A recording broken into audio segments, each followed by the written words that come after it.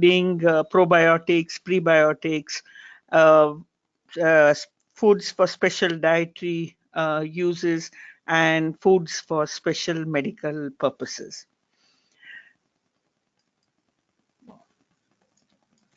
So, currently, if you look at the scenario, the nutrition and health scenario is changing from what it was in the early 20s and 80s. At that time, during the 1920 to 1980, food, the question regarding food is what food is required for me. So most of the food was to address the requirements of the body.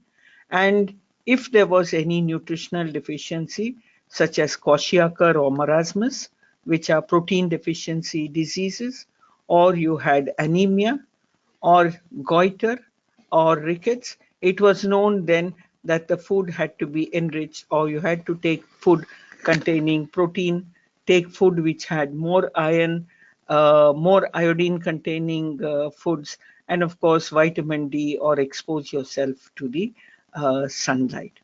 So identifying the essential nutrients also required for promoting growth and sustaining life was the answer to what food is required for me. But now, in the 50s to 80s, the question shifted to what does food do to me? So here the answers were there was nutritional excess, obesity was in prevalence. So it was, could I reduce the calories so that the obesity could be reduced? Should I increase the fiber content in the food to prevent colon cancer?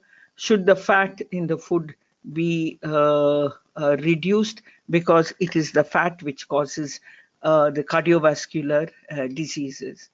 So these diseases were due to the nutritional excess and imbalances. And then you were identifying the components which led to obesity, which led to colon cancer, or which led to cardiovascular diseases. And then, based on what was identified or I think which led to these diseases, such as saturated fat, cholesterol in the case of heart diseases, sodium in the case of hypertension, then the trend was to reduce these components of the food. And if you look at this graph in the 1970, which shows the cardiovascular disease events are correlated with the saturated fat content take, that is, the calories coming from the saturated fat. This is a 7-country study, and it very clearly showed that as the increase in the fat, the calories in way of fat contributed by saturated fat, the cardiovascular deaths and diseases increased linearly, almost with a regression of 0.84. This clearly indicated that diet and health were correlated. And so food did have an impact on the health and disease. Then come 1990s to today, the question we ask is, what does the food do for me? So these questions are, to answer these questions come the era of the nutraceutical and functional food. So what is it there is in the food? Is it a nutraceutical? Is it a phytoceutical? Are these beneficial to me? Prebiotics and probiotics, do they contain it? Are they beneficial? Will they prevent and delay the onset of any chronic disease? So this is the question asked. And since the 1990s, we have the era of nutraceutical or functional foods, or if you call them dietary supplements or health supplements, they all mean one and the same. So it was way back, the Greek physician had always said, known as the father of medicine, said, let food be thy medicine.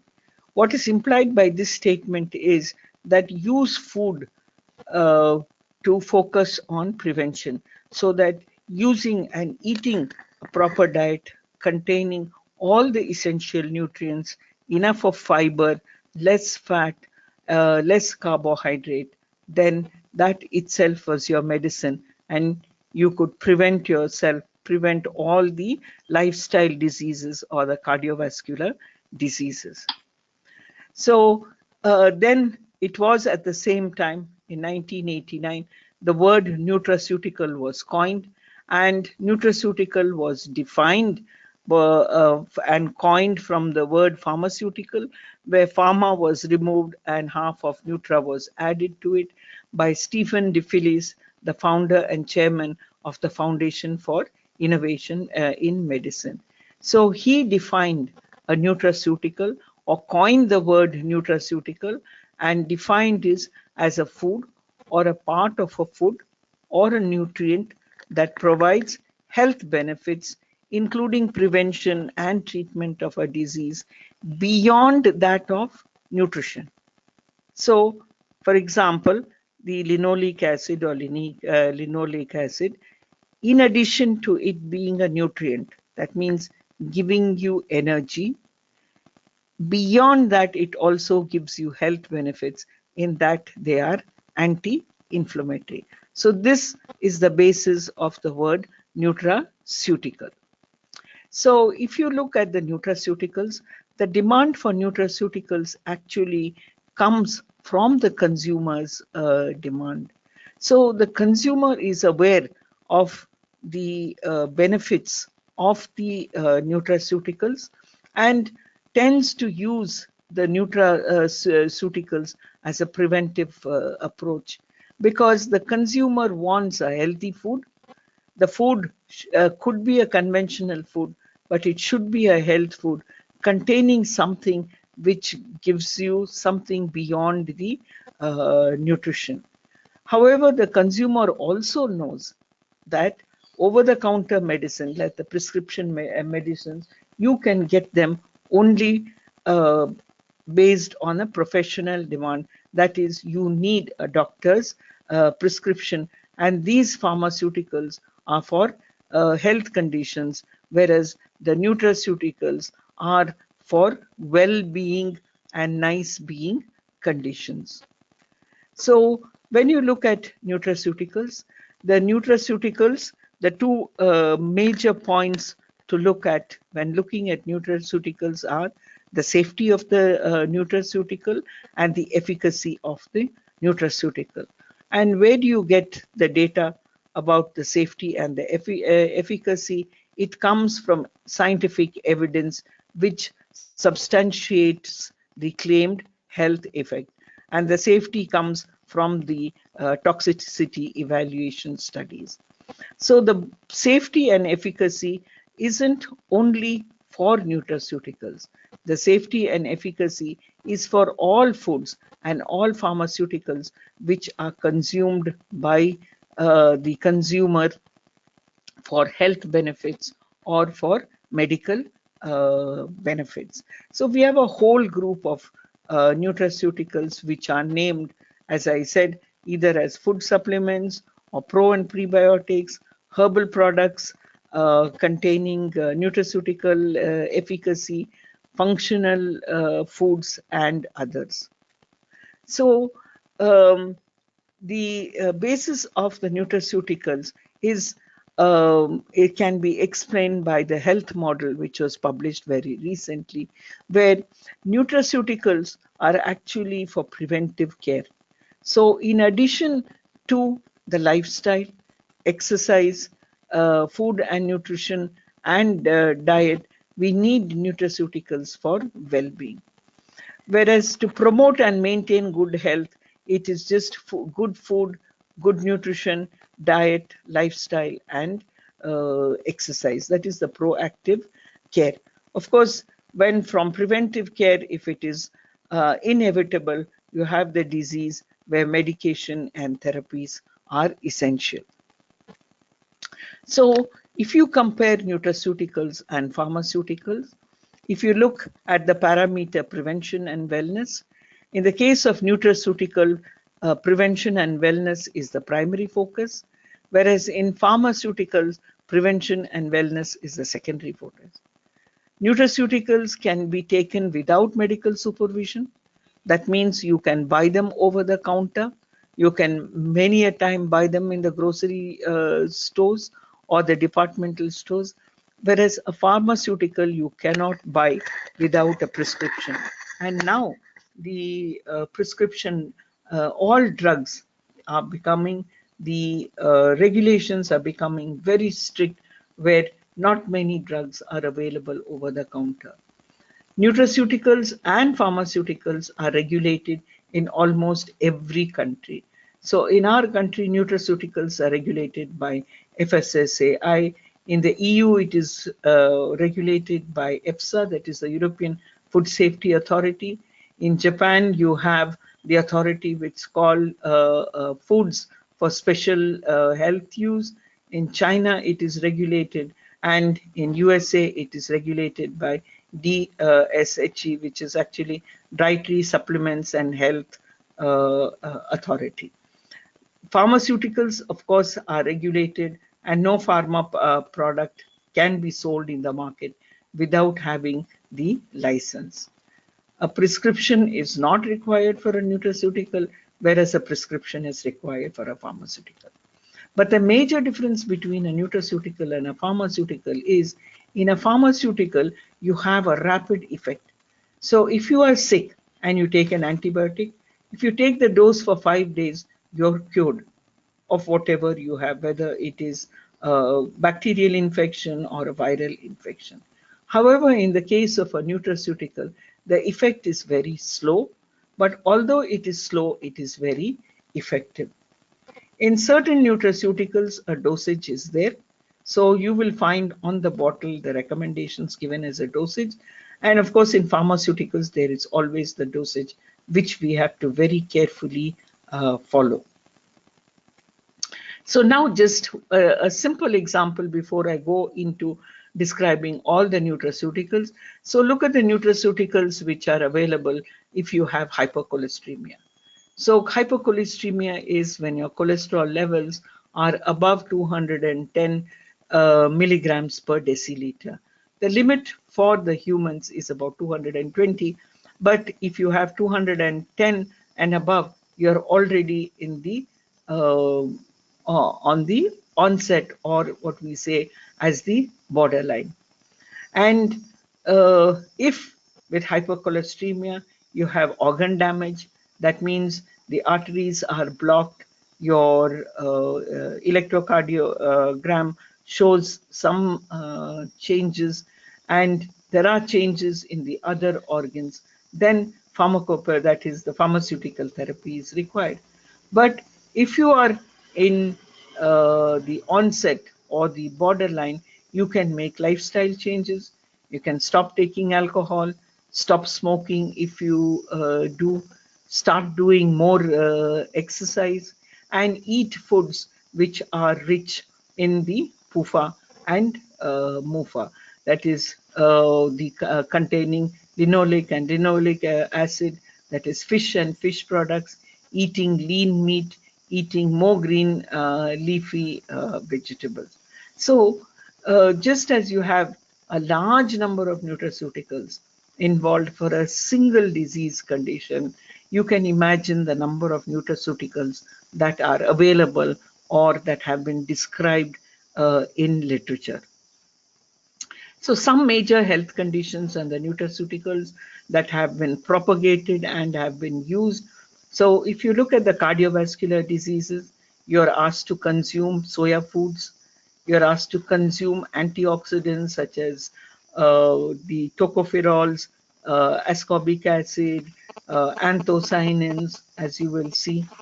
More dietary fiber so that the fat is absorbed, PUFA, polyphenols, flavonoids, garlic, isoflavones, phytosterols, beta glucans of oats, garlic extracts. So coming to diabetes, it says diabetes, the onset can be prevented if you have a diet which is very rich in fiber. So take dietary fiber that is from psyllium husk, I'm sure all of you have heard about isabgol. Take lipoic acid, take niacin, take polyphenols, take the galactomannan from fenugreek seeds. So always diabetic patients are asked to soak fenugreek seeds, drink the water next day and eat the seeds. To prevent putting on weight or obesity, green coffee, take green coffee extract which contains chlorogenic acid, buckwheat proteins, the gluco and the galactomannans of fenugreek, the mucilage from okra, phytosterols, the Garcinia cambogia, the hydroxy isocitric acid, which reduce the obesity.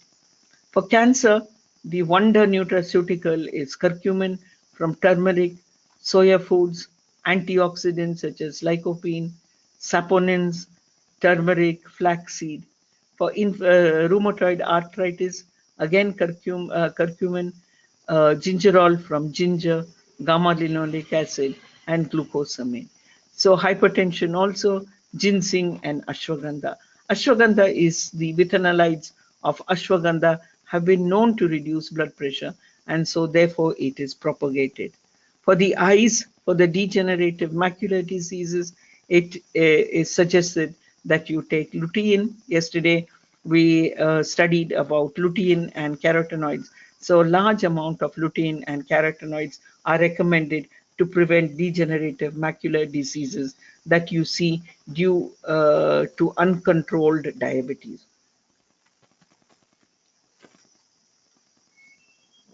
So here is a gamut of nutraceuticals which are available over the counter and telling you you can use it and telling you also the benefits of it. So if you look at the global nutraceutical market, because of the consumer demand and the consumer knowledge about health and thing, you see that it is increasing. And it is projected that it will increase to about 263 billion US dollars in 2020. And the major share of this market is that in Japan and China. But whereas India only occupies about 2% of this global nutraceutical market. So why is there such a drastic increase in the global nutraceutical market? It is because we are all health conscious. And I'm sure those of you who are listening to this webinar, at least 90 to 95% of you are health conscious, and you all go to the gym and you drink these, buy these health drinks or these functional foods. The other is we have an aging population, and the aging population wants to prevent the onset of diseases due to age, such as dementia, Alzheimer's disease, Parkinson's, etc. A third factor is the increasing disposable income that is available. Incomes are very high now. With the IT boom, everybody is getting high salaries. Another factor is that there is easy accessibility over the counter. You can buy it in supermarkets. You can buy it online. Everywhere, Flipkart, Amazon, you can buy any nutraceutical on online, and of course the marketing and promotional strategies which are which the companies themselves are using. So the nutraceutical market in India is expected to grow to about 54,750 crores of rupees. So the drivers of growth of the nutraceutical market in India again is consumer awareness, fitness, healthcare costs which are very high in India, insurance costs are very here, and the increasing incidence of diabetes, cardiovascular diseases, hypertension, arthritis, and dementia. India is known as the diabetes capital of the world. So if you look at the market segment of nutraceuticals, you find that the major segment is occupied by the vitamins and minerals. And then you have the probiotics, which occupy about 10%. Herbal extracts occupy 30%, and that is probably because of the knowledge of Ayurveda and what has been recorded in history, that is the importance and how these herbs have helped for curing and preventing diseases.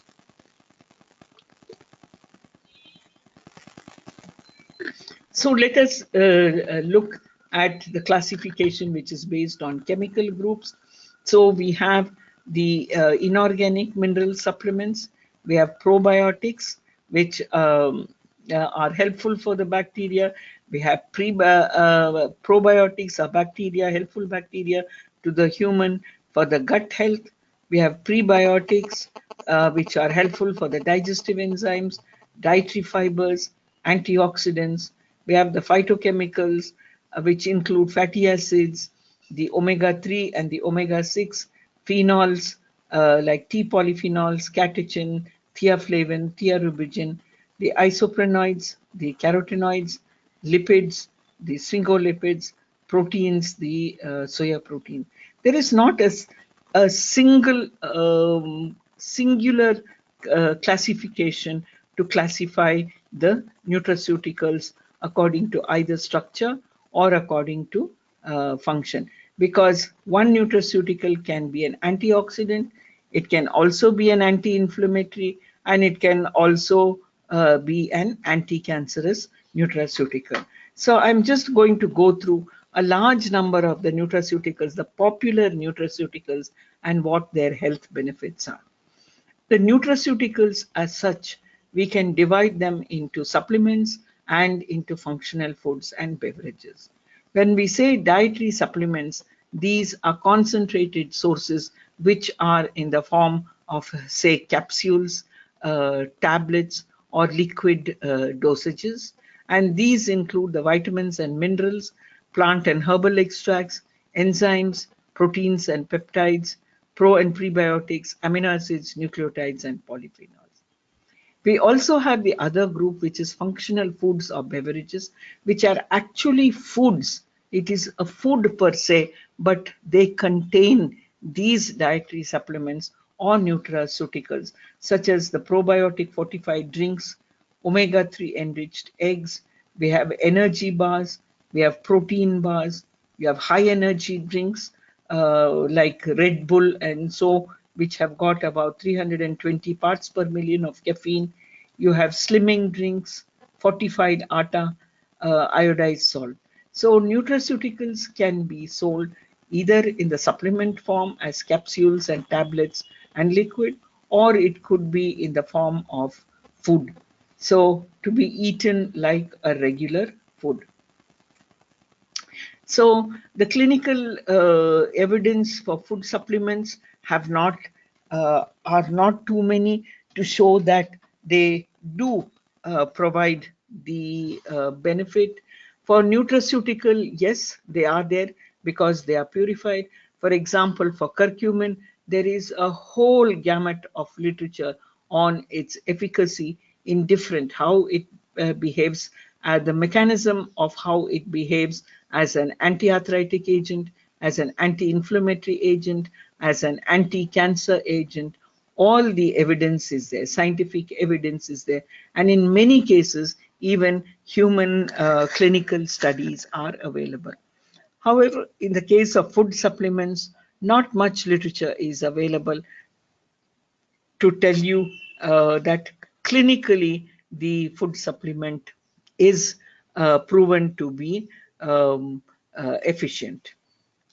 So here is a group of phenols which are all known to be nutraceuticals, and many of them have been purified and are being sold in the capsule mode. So you have resveratrol from red wine, you have the lignans, which are enriched in bread. You have chlorogenic acid from green coffee, which is used for as anti-obesity. You can buy chlorogenic acid tablets. You can buy catechin, which is a flavonol, as an antioxidant. Quercetin, a flavonol, which is an antioxidant, geneticin from there, which is an isoflavone, hesperidin, which has been isolated from the skin of the orange. It is known to have anti-cancer properties. Cyanidins are the anthocyanins from, say, strawberry, wine, blue grapes. These are potent antioxidants. Then you have the elagitin from pomegranate seed, again, which is a potent antioxidant. The oils of walnut are extracted, and you can buy capsules. So a large number of phenols, the flavonoids and flavones, which have the hydroxyl group, are known and can be bought in the purified form.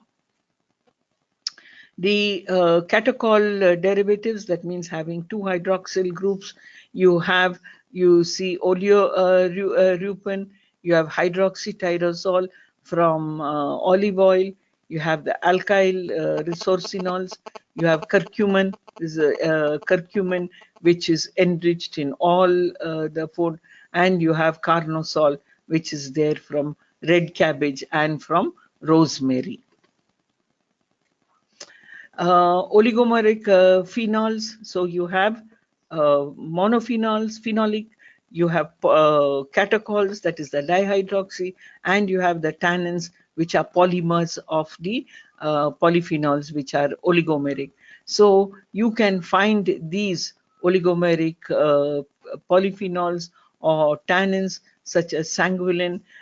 You can find them in raspberry, in pomegranate, in dates, and in apple.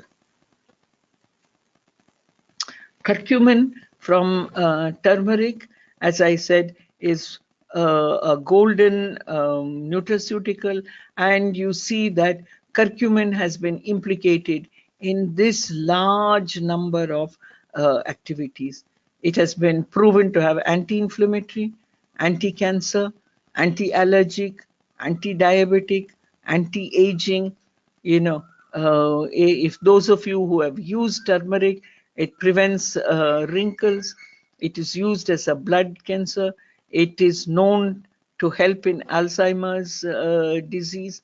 It is a preservative. It is a color. It is an additive. It's an anti-tumor and an antioxidant. And curcumin has also been modified to make it more bioavailable. And in anywhere you can buy curcumin tablets or capsules, so which tells you how much of curcumin you must take per day. So what is the difference between curcumin and turmeric? Turmeric is the root that you all know about, and it is Curcuma longa, which is very well known in India. The root is harvested, cleaned, dried, and powdered, and it is generally used as a spice, because in almost all spice powders and in Indian cuisine, you will find that turmeric is added to give a yellow color. The turmeric root per se contains about 2 to 5% curcumin. So therefore, using powdered turmeric will not give you the amount of curcumin that you would require to see its nutraceutical benefit. So what you see over here on the right is, if this is curry powder, and this is the turmeric, this is the percentage of turmeric in the curry powder, and this is the percentage of curcumin in the total curry powder. So to get your daily requirement of curcumin, you have to eat a whole lot of curry powder. So if you look at curcumin, these are the studies which I have culled out from there, which is a review on the anti-cancer properties and therapeutic activity of curcumin. So it was shown to have anti-proliferative effect. That means it prevents the cancer cells from multiplying. It is also known to have anti-inflammatory and chemopreventive properties. It is a potent antioxidant, so it actually takes the free radicals, it chelates or removes the free radicals, and it supports and makes chemotherapy more effective. So the studies show that actually curcumin prevents cancer by slowing down its spread and the tumor growth. So curcumin is either called, the turmeric is called the golden nugget, or curcumin is known as the miracle compound.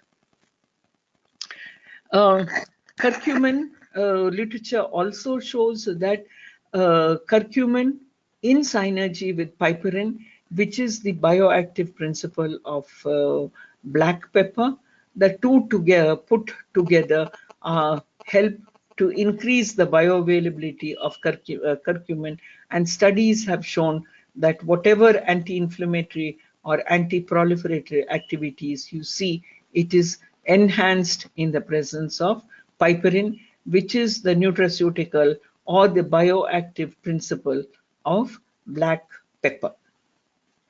So these are all the bioactive properties of pepper, which have been published in a review, a very recent review in Food Science and Technology. I'm not going to read through this, but this review compares what were the traditional uses of pepper versus what are the therapeutic uses of pepper, and whether studies were available or no. So you see that human studies are available to show that it is a gastrointestinal stimulant, it is anti-asthmatic, it is an antioxidant, it reduces high fat diet, induce oxidative stress. It is also anti-carcinogenic. It is anti-hyperlipidemic. That means it reduces the triglyceride level. It is anti-diabetic, and it's also anti-inflammatory. And it's very important for a nutraceutical to see that the studies are done with human cohorts. Then this shows the efficacy of the bioactive principle. Recent cell studies are also available to show the therapeutic and beneficial activity of piperine as well as pepper. So I'm now going to go through a number of bioactive components which are known and their sources. So we have know, and you know the structure of conjugated linolenic acid. That means this is a acid which contains both the cis and the trans bond in it. It is present in milk and meat, and it is improves body composition and reduces cancer. The omega-3 fatty acids, there's a docosahexaenoic acid and icosapentaenoic acid. Major source is the fish oils, linseed, rapeseed, and flaxseed. It is known to reduce cardiovascular disease, improve mental, visual, and nerve function. The omega-6 fatty acid is known to be an immunosuppressive agent, and it also prevents platelet aggregation and vasoconstriction. So this is among the fatty acids. Now coming to the polyphenols, you already saw what the role of polyphenols were as nutraceuticals, but let us look at them again. So you have the catechins, which are there from tea, rapeseed, and string. You have the flavonones from the citrus fruit. You have the flavones from fruits, vegetables, and soya bean, which are known to act as antioxidants by neutralizing the free radicals, and they reduce the risk of cancer. Another group of polyphenols known as the proanthocyanidins you find in cocoa, chocolate, tea, and rapeseed, and they are known to reduce cardiovascular disease. Then you have the saponins, and these saponins are there from soya bean, fenugreek, and lucerne or chickpea. And if you soak the legumes, soybean or fenugreek or chickpea overnight, the next morning, if you look at the water and you shake the water, you will see that it is froths. And that is due to the soap-like nutraceuticals which come out, called the saponins. And saponins were considered as anti-nutritional factors, as you will see in the webinar on anti-nutritional factor. But now they are proposed as nutraceuticals, which are helped to lower cholesterol. So the saponins are there, actually complex the cholesterol in the digestive system and prevent the absorption of cholesterol. Then you have this group of probiotics, prebiotics, and symbiotics. A probiotic is a human bacteria which will be beneficial to the gut. It can colonize in the gut, grow in the gut, and give you good gastrointestinal health. And the famous Yakult contains the lactobacillus. So a lot of yogurt and dahi are available as probiotics. In case of prebiotics, they are actually oligosaccharides such as fructooligosaccharides, which are permitted by FSSA, inulin, and many soluble fiber products, which allow the probiotics to grow in the intestine. A combination of probiotic and prebiotic, that means a food containing both a probiotic and a prebiotic, is known as a symbiotic. The next group is the phytoestrogens, diastin and genstin. The major source is soybean. You can get it from other lentils, and you can get it in the lucerne, which is a legume thing. This is known or has been shown to reduce the symptoms of menopause, that is, the hot flushes that one experiences, and also it improves bone health. So lignans are from flax and rye. They're proposed, or they are known to reduce cancer and heart diseases. Then you have the carotenoids, which we have gone through in detail yesterday. So you have beta carotene, lutein, zeaxanthin, which are very good for the eyes and healthy vision, and lycopene is known to reduce prostate cancer. Dietary fiber, the insoluble fiber from wheat bran, is known to reduce breast and colon cancer. The beta glucans of oats have been proven to reduce cholesterol in the blood, and so therefore reduce CVD. And whole grain has got fiber, all cereal grains, and it reduces cardiovascular diseases. So now that there is this whole gamut of nutraceuticals in the market. We have seen yesterday the carotenes, we have seen the anthocyanins, which are there, which were all the tocopherols, which are all antioxidants. They are there. So every country regulates the nutraceutical there. In FSSAI has notified the regulations for health supplements, nutraceuticals, food for special dietary use, foods for special medical use, functional foods, and novel foods, which was gazetted on 24th November 2016. This regulation covers this whole, all these foods, health supplements, nutraceuticals, foods for special use, foods for special medical purpose, probiotic, prebiotic, and plants contain food containing botanical ingredients. So what is the regulation? In each regulation, the definition for the nutraceutical or the supplement is given. It also tells you how much can be added. The regulation also tells you what are the additives that are permitted, and the regulation also tells you how the product should be labeled. So a health supplement as per FSSAI is defined as a product intended to supplement the diet that bears or contains one or more of the following dietary ingredients with known or established nutritional or physiological benefits. They include vitamins, minerals, plant or other botanicals, amino acids, concentrated metabolites, constituents, extracts, enzymes, pro and prebiotics. The amount of vitamins or minerals that are added or the nutrient which is added as per the regulation cannot exceed one recommended daily allowance as specified by the Indian Council of Medical Research.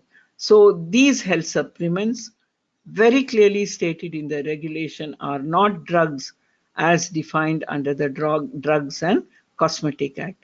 And the health supplement can be marketed in single packages or dosages. It could be marketed in the form of capsules, tablets, or sachets. So the nutraceutical should provide a physiological benefit. The FBO, that is the entrepreneur or the food business operator, can extract, isolate, and purify nutraceuticals from food or from non-food sources like fermentation under controlled thing. They can be sold, the nutraceuticals can be sold as granules, as powder, as a tablet, as a capsule, as a liquid, as a jelly, or as semi-solid. They can be packed in a sachet, an ampule, or a bottle. In the nutraceuticals, the food business operator is allowed to use any ingredient which is listed in Schedule 1, 2, 4, 6, 7, and 8, and is allowed to use only the additives which are listed in Schedule 5 for each of these categories. So the nutrient or ingredient not in the schedules. So this itself is about 440 compounds. But if the nutrient or ingredient which anyone wants to add and make a nutraceutical is not in any one of these schedules, they can give documented evidence to the FSSAI showing the evidence of history of safe use for 15 years in India and 30 years in the country of origin. So if there is something that any of you as FBOs want to market as a nutraceutical and it is not in any one of these schedules, you have to provide documented evidence that there was history of safe use for 15 years in India and 30 years in the country of thing. And the quantity of nutraceutical cannot exceed the usage level which is specified. So in the schedule where it is given, for many of the nutraceuticals, it tells you the limits to which you can add it to a product. So the ingredients permitted, as I said, in all these schedules adds up to about several hundred. So you see 15 forms of the vitamin are allowed, 15 forms of different minerals.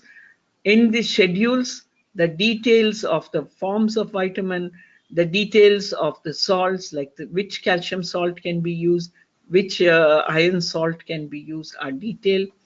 There are 25 amino acids and other nutrients. There are 7 nucleotides.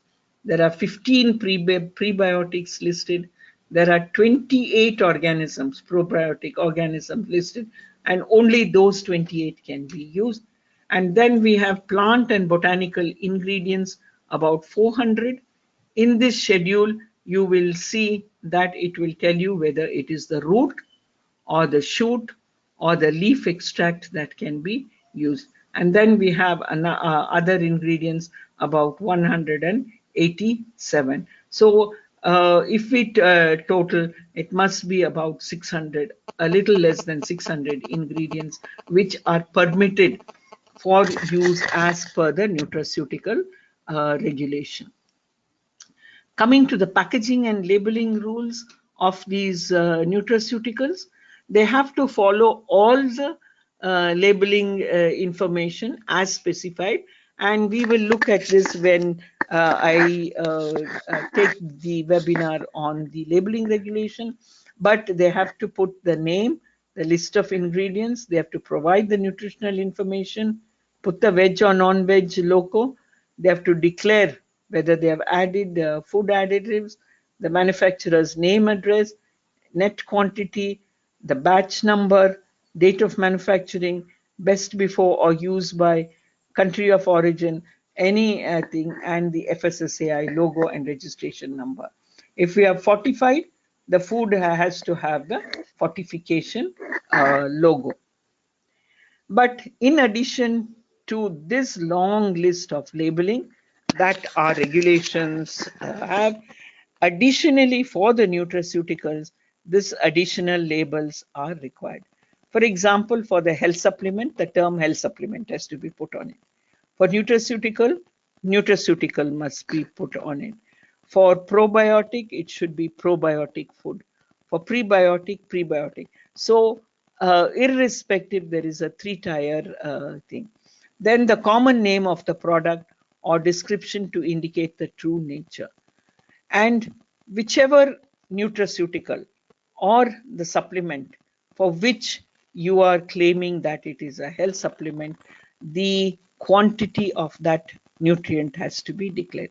For example, if I am adding beta carotene, the quantity of beta carotene must be declared on the label. That is the quantity of beta carotene per serving or per dose has to be given on the label. Also, the nutrient which is expressed has to be expressed as the percent relevant RDA. So if you're uh, selling a nutraceutical or a supplement, by adding more vitamins, you have to indicate how much of the recommended daily allowance that thing.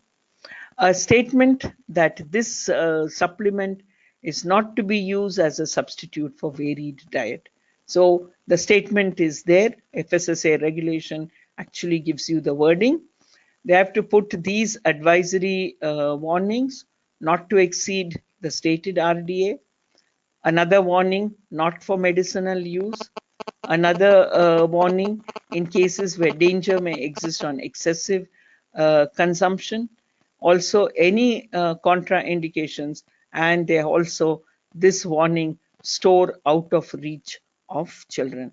So in addition to all the regular labeling requirements that are required, a nutraceutical or a functional food must contain all this information. So for nutraceutical also, it is nutraceutical must be there. All the information must be accurate. You have to declare the quantity of each nutraceutical.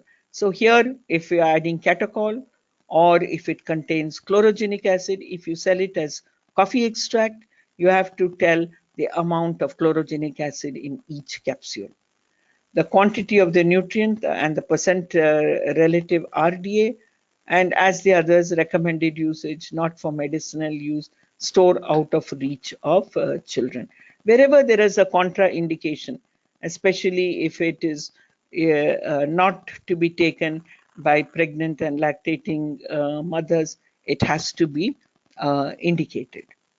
So here are some things on the label where, in case of a nutraceutical or a functional food, you can make a claim. That is, this claim is called a nutritional or a nutrient claim, where a claim of the ingredient content of the article can be made. For example, in this can, if you see, because it has vitamin C content, which is above 30% of the recommended daily allowance, you can say it is a good source of vitamin C. Similarly, if fiber is added, you can say that the added fiber is good for gut health. So you can make a claim on each individual nutrient, and that nutrient shall not be less than 30% of the RDA. It must be more than 30% of the RDA. So here you see you have a refined rice bran oil, which is vitamin A, D, E enriched, and also it has got oryzanol. So in the panel on nutritional information, it is expected that the concentration of vitamin A, the concentration of vitamin D, the concentration of vitamin E, and oryzanol should be present. So a health claim. Uh, See, the previous claim was a nutrient claim, claiming based on the nutrient there. A health claim is any representative which states that there is a relationship between the food and and health. So health claims must be based on generally accepted scientific data, and it must be understood by the average customer on a product. And if you're making a health claim on a food, not on an ingredient. See, in the case of health claims, you can make the health claim based on the ingredient, and you, as we will see later, how they are ingredient led claims. But if you're making a claim on the food per se, for example, if it is a energy bar and it reduces weight, it should be a claim based on the energy bar and not on the ingredients of it. So the claim that the health supplement has the property of preventing, treating, or curing a human disease is not allowed. So these curative claims that if you take this food, you will be cured, that those type of claims are forbidden by FSSAI. So in the types of health claims, we have ingredient-led claims or ingredient-led functional claims. For example, if it contains calcium and it contains more than one-third the RDA, you can write calcium is important for normal growth and development of bones.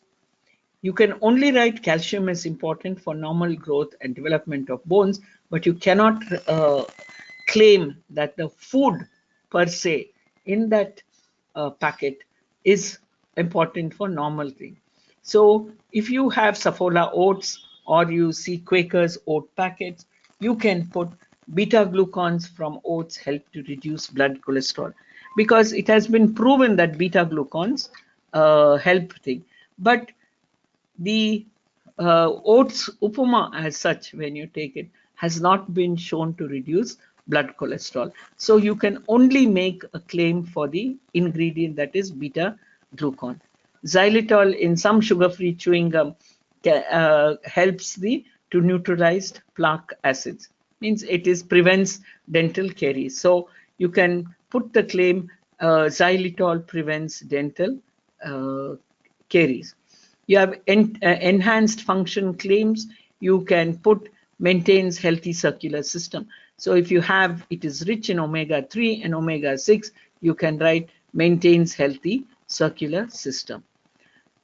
You can make disease reduction claims, again, based on what your nutrient content is. For example, low sodium and high potassium reduce the risk of high blood pressure. Adequate calcium and vitamin D with reduced risk of osteoporosis. Low in saturated and trans fat and reduced risk of heart disease. Rich in vegetable and fruit and reduced risk of some types of cancer. Non-fermentable carbohydrates in gums and hard candies, and the non-promotion of dental caries. And then you have health maintenance claims. For example, folate contributes to normal blood formation. Docosahexaenoic acid supports brain health. This is only you can write docosahexaenoic acid supports brain health, but you cannot say that, we see the advertisements of Horlicks, or we see the advertisement of the other Complan, everything, which says, your intelligence has shot up. Those are wrong advertisement claims. The only claim can be made is because it is known that docosahexaenoic acid supports brain health. Similarly, vitamin A contributes to the maintenance of normal vision.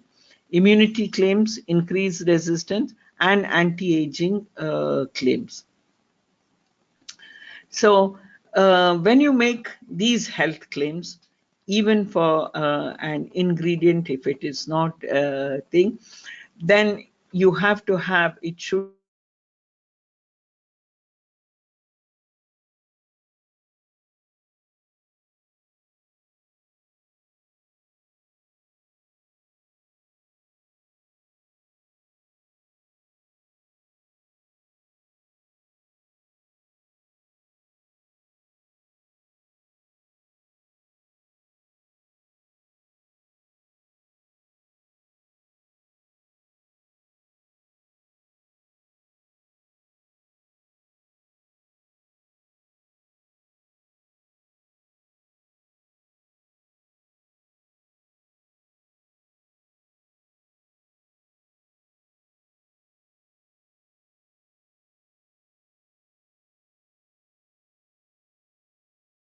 so for any health claim to be made, scientific evidence is very important.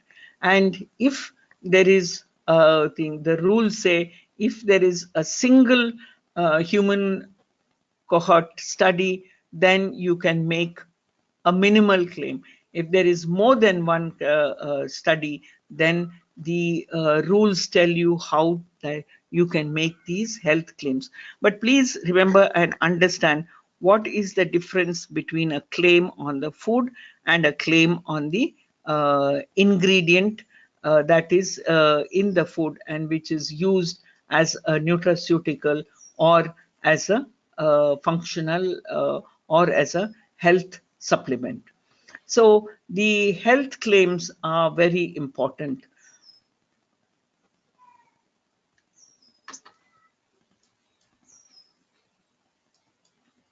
So now let us look at for which of the nutraceuticals or thing you find that there is clinical evidence or data evidence is there.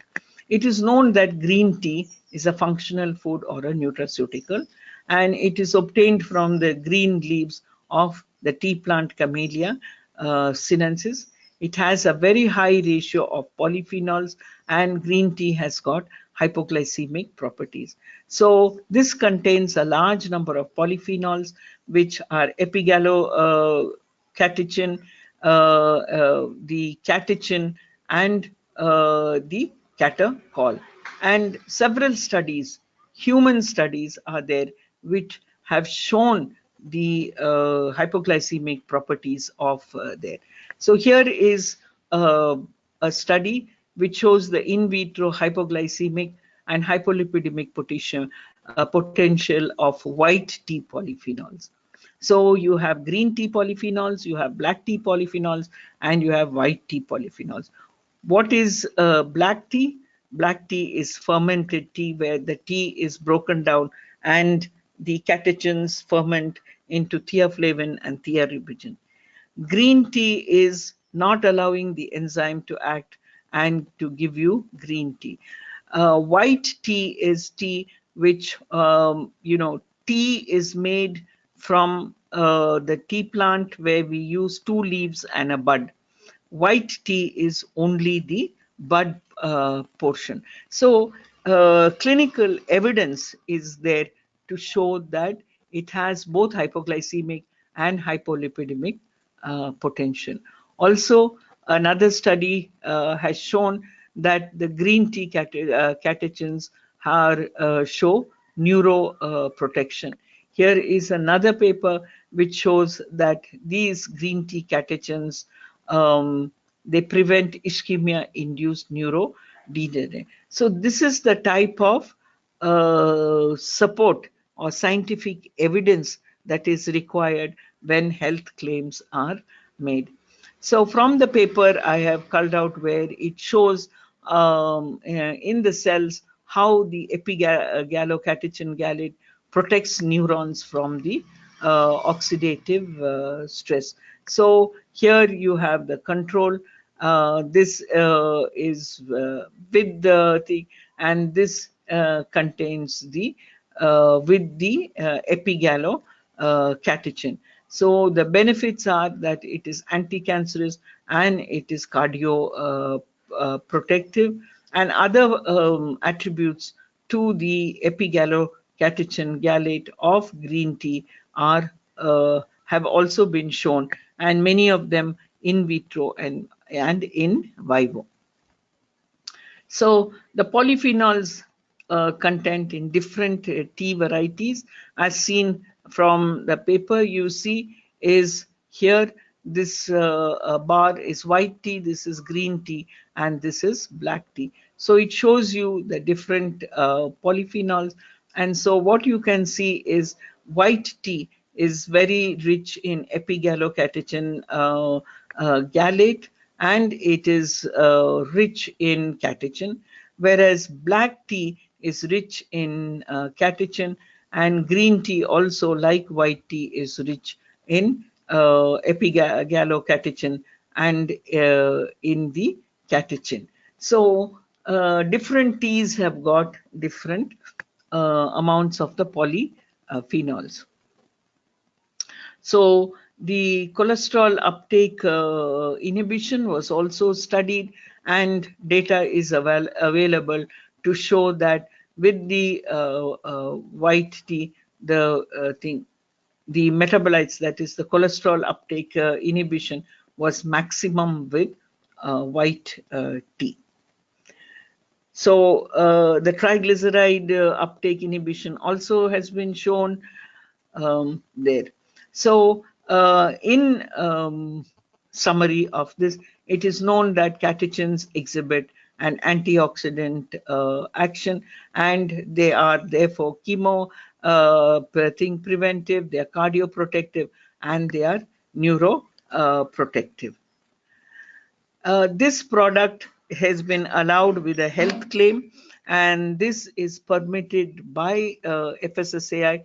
It is one of the only products which is permitted because a large number of clinical trials have shown that if you take plant stenol, it lowers the LDL cholesterol.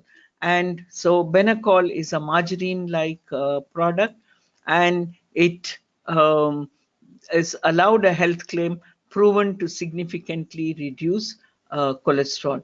So a similar spread is also can use the word lowers cholesterol. This is a health claim, and that is because the stanols, that is the plant sterols and the plant stanols, it is shown that regular consumption of 2 grams per day of these materials is shown to lower the LDL cholesterol by 0.5 millimoles per liter. This is one of the health claims almost all the countries are allowing for margarines which contain the plant stanols. So general restriction on the claims, that means which you are not allowed to put on the nutraceuticals and functional foods, is they cannot be false, they should not give rise to doubt about the safety, they should not encourage excessive consumption, and they should not state and suggest that a varied diet cannot provide appropriate quantity of the nutrients, and that only by taking that food you will get all the nutrients, and you cannot refer to changes in body functions which could exploit fear in the consumer. So health claims which are not permitted, claims that health could be affected by not consuming the food. For a weight loss food, saying that you will lose 1 kilogram if you eat one case of the food. You cannot give the rate or the amount of weight loss. You cannot refer to the recommendation of any individual doctor or a medical practitioner, so it cannot be recommended.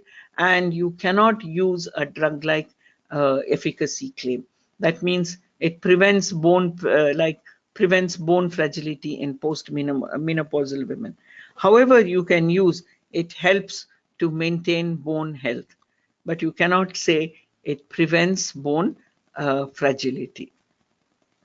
Now let's go to a very important group of foods which are known as the medical foods or foods for special dietary use. These foods are regulated in every country. All countries strictly regulate the sale and manufacture of medical foods and foods for special dietary use. So a medical food is defined as a food which is formulated to be consumed or administered by tube, that is enterally, under the supervision of a physician, and which is intended for a specific dietary management of a disease or a condition which has distinctive nutritional requirements, and this is based on scientific evidence. Foods for special dietary use are similar to medical foods, but they are available commercially, and you don't need the supervision of a healthcare provider. You can buy these off the counter. But a medical food can only be bought with a recommendation of a medical practitioner. So just let's look at these things. So FSSAI has under its category foods for special dietary use other than infants, and those products intended to be taken under medical advice. Some of these foods are where you want to, which are used for specific purposes.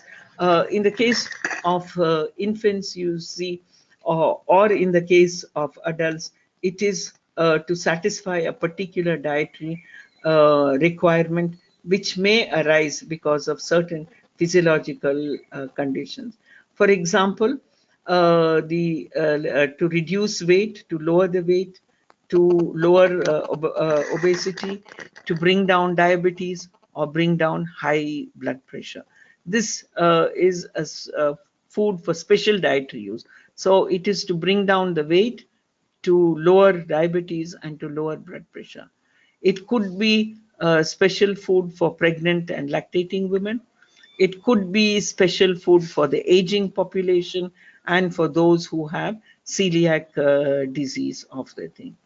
The quantity of nutrients can be added in these foods at levels higher than the RAD, the recommended daily allowance, but cannot exceed the limits which have been specified in Schedule 3. So you need to read in the regulations the Schedule 3. So this is food for special dietary use other than for infants, and they are intended to be taken under medical advice.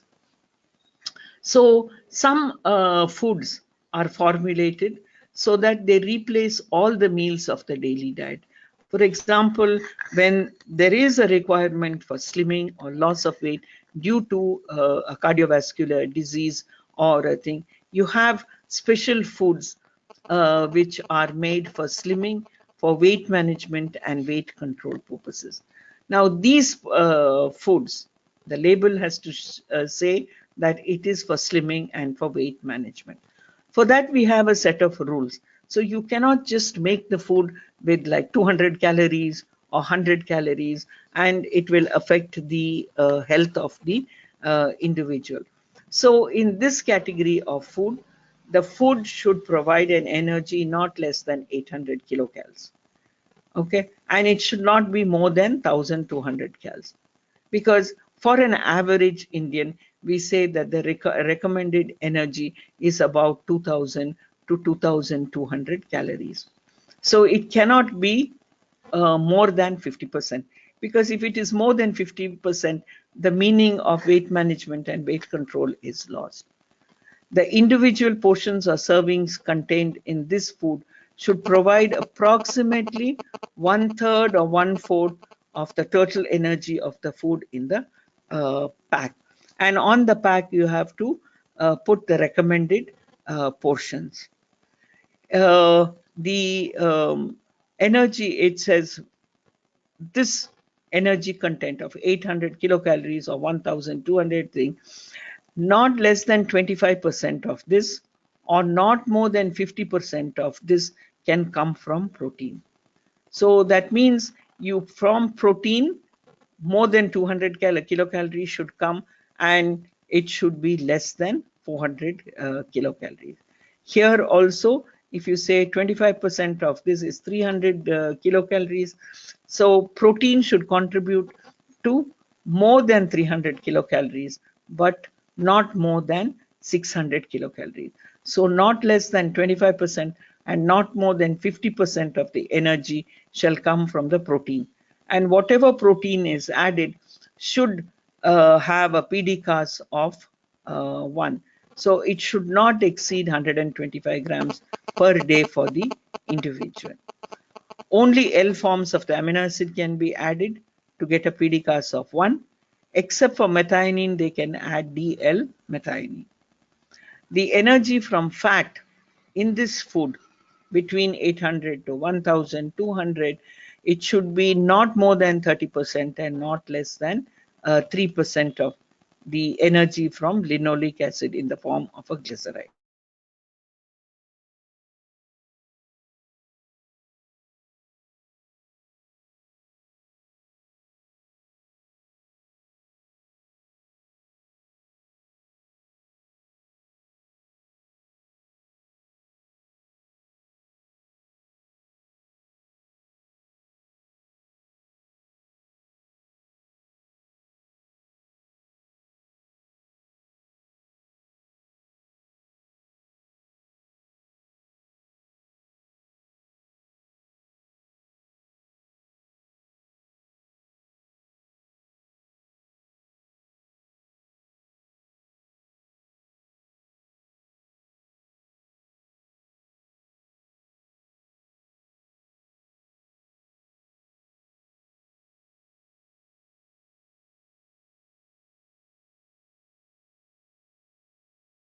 Dietary use for slimming, weight management, etc.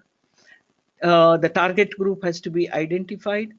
The nutrient content which is reduced, deleted, or increased. So if you have deleted the carbohydrate or decreased the carbohydrate, decreased the fat, must be indicated. It has to be written not for medicinal use. Also, danger may exist with excess consumption. You have to indicate that it's not for parental use. Other precautions to be taken while consuming. So nutrients have to be expressed in percent of recommended daily allowance. The osmolality and molarity should also be appropriate, and you have to write store out of reach of children. Foods for special medical purposes, as we see, are evidence-based for dietary management of specific disorders or disease-related medical conditions.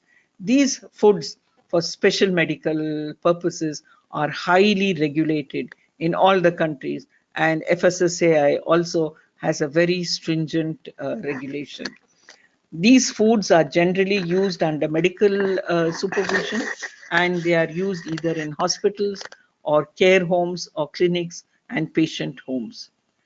The foods for special medical purposes can partially or entirely replace a normal diet.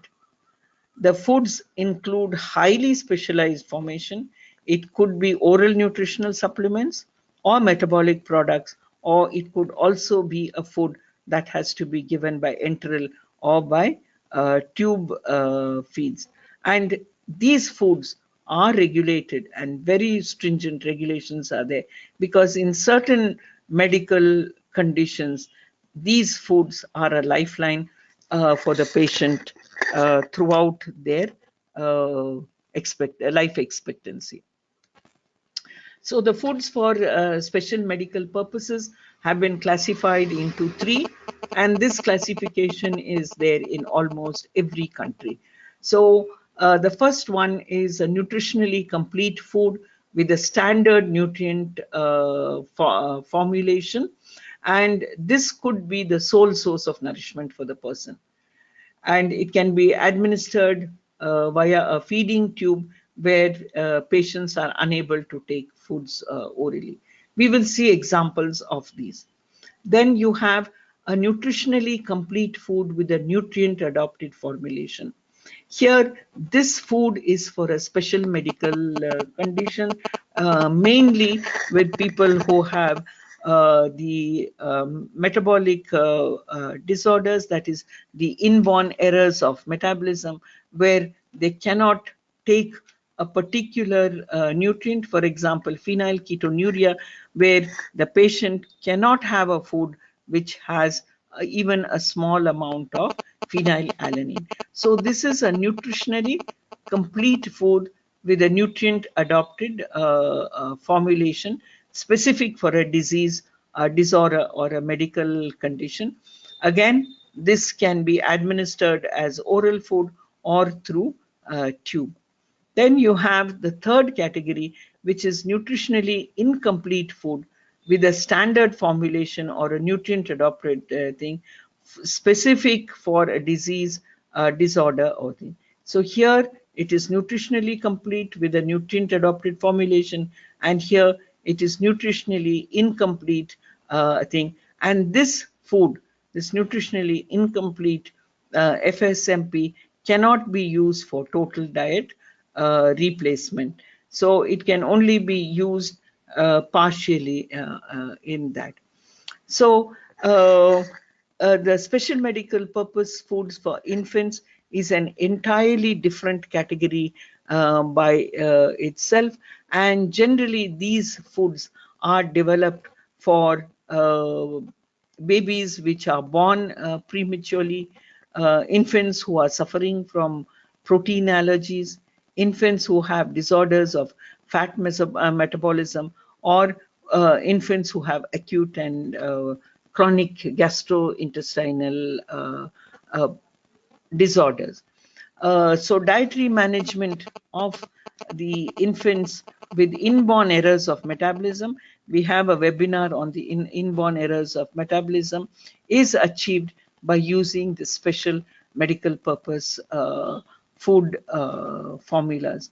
And all these food formulas, that is the special medical purpose food for infants, have to be administered and obtained by a specific recommendation and supervision of a medical professional or a healthcare professional. So you just cannot buy these over the counter. So examples of these special medical foods are, for example, nutritional support for a phenylketonuria. A phenylketonuria is an individual who lacks the enzyme phenylalanine hydroxylase and so cannot convert phenylalanine into tyrosine. That is the first step in the breakdown of phenylalanine. So phenylalanine accumulates and it leads to mental disorder also.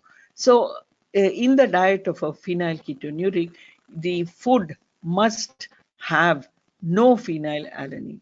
So this is a product, raw phenolac, which has been produced by Mead Johnson, and it has no phenylalanine, where it is formulated with all the other amino acids except phenylalanine. You can also have special medical treatment for nutrition support for COPD. That means those who have the pulmonary disorders.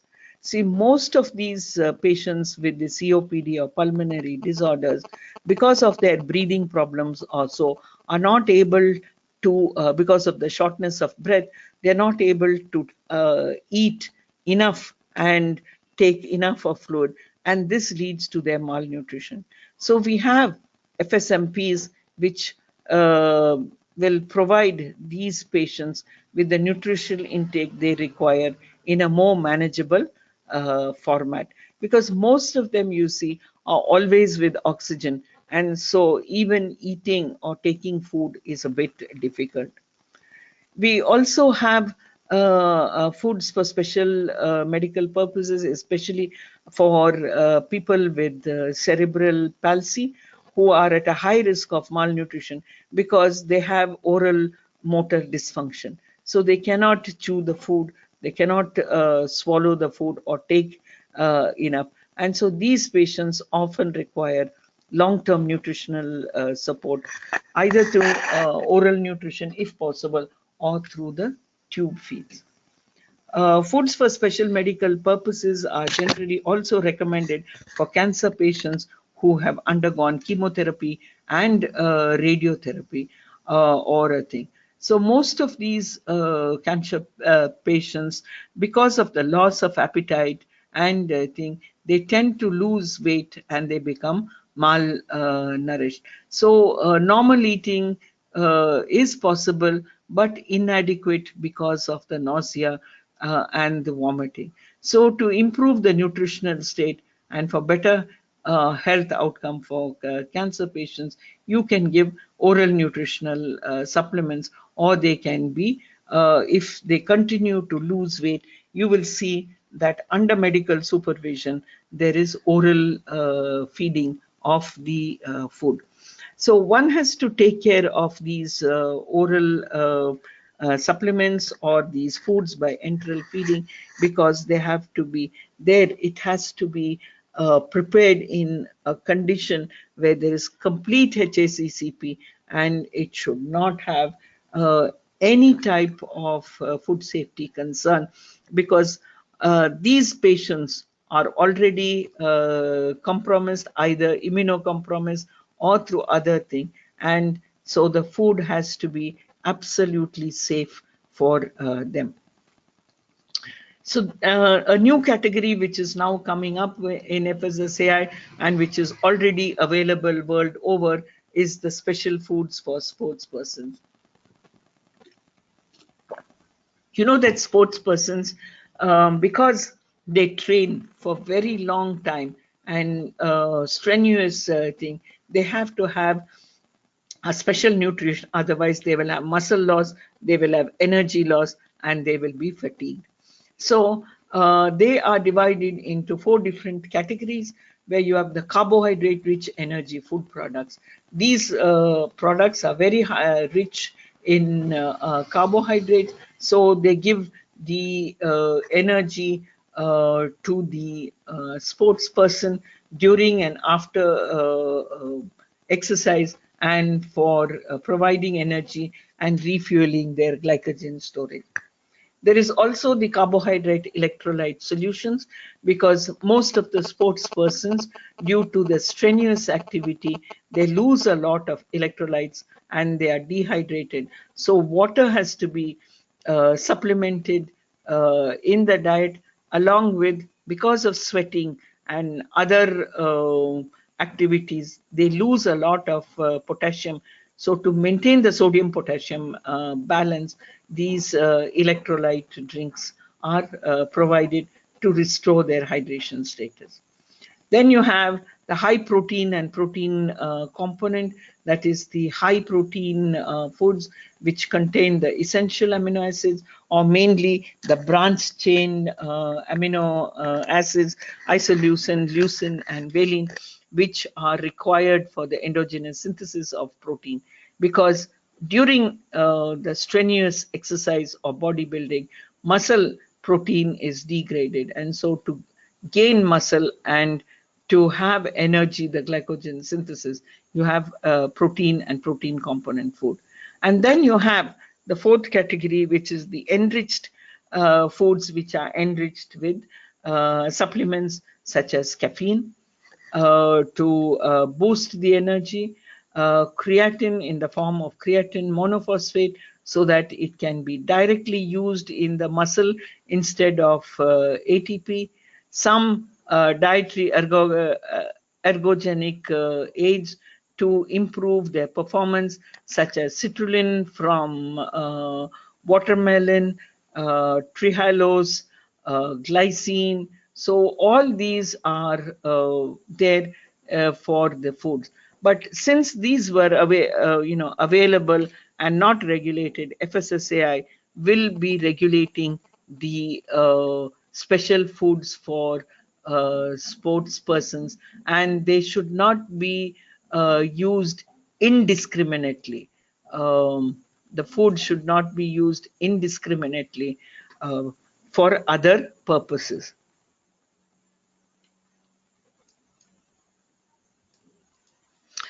Then comes to the last of the foods that I'm going to cover is probiotics, because probiotics foods contain probiotics is catching up in the country. So these are food supplements which contain live microbes in them, which are used to support the gastrointestinal health and to improve the gastrointestinal health in many cases where there is an intestinal microbial imbalance, especially if you have taken antibiotics, if you have any gut diseases, you will find that the beneficial bacteria are lost and leads to a lot of health problems. So usually these are human strains of bacteria or yeast. They can be administered as yogurts or capsules, but they have to survive the passage through the gut, that is the acid pH of the stomach. So when do you need these probiotics?